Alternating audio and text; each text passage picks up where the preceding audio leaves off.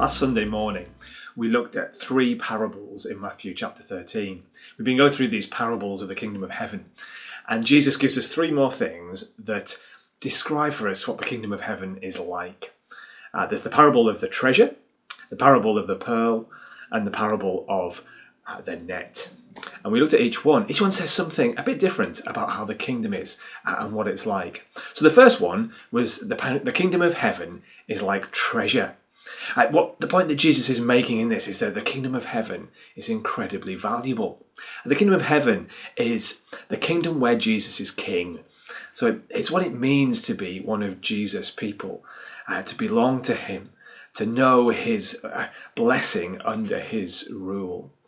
So to have that is like having treasure, Jesus says. Treasure that a man found buried in a field, but when he discovered just how valuable what he'd found was, he was very happy to go away and sell everything else he had just to have that treasure.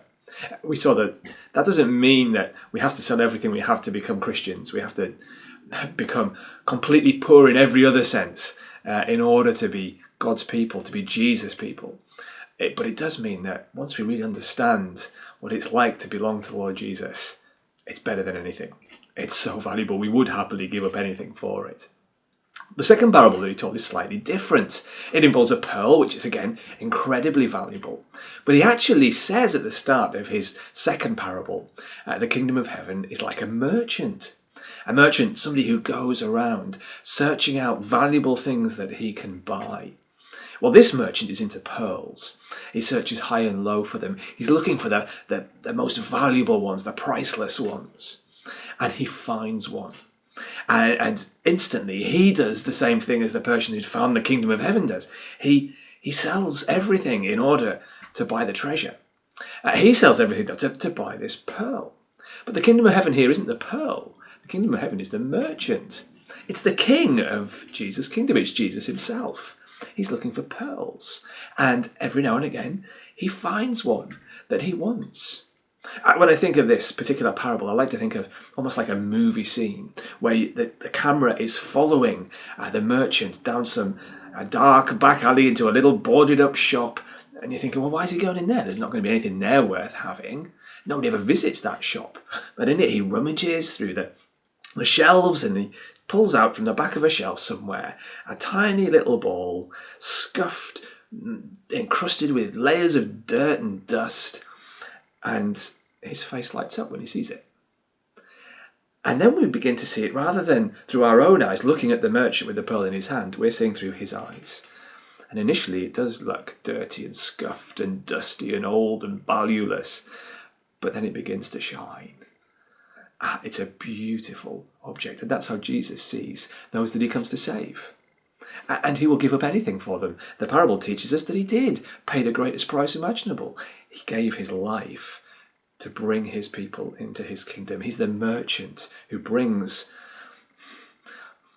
worn out, scuffed pearls like us that are of no value really in most people's eyes into his kingdom because they're of great value to him, and he buys them with his own life and blood on the cross.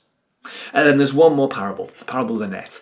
The parable of the net describes the kingdom of heaven as being like the net that a fisherman lets down into the sea or into the river, and he pulls out all different kinds of fish into the kingdom.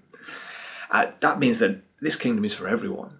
All different kinds of fish, all different kinds of people, all different nationalities, all different backgrounds, all different types of education, rural, city, rich, poor, whoever can come and be part of the kingdom. That's the great news bit of that particular parable. But there's also a warning there.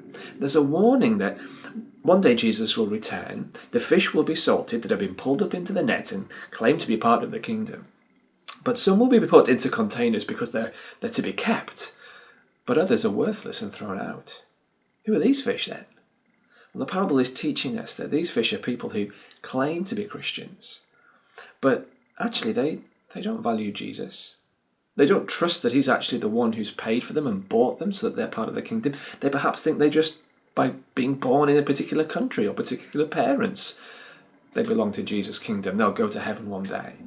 But Jesus is saying, no, there are those who claim to be Christians, but the kingdom of heaven isn't their treasure. He isn't their treasure. He hasn't actually died for them because they've not come and put their trust in him. It's a warning to make sure that we know Jesus. We've seen the value of the kingdom. We've understood just how much he values us, so that he gave his life for us so we could be forgiven for all our rebellion against and rejection of him. They're a fantastic set of parables.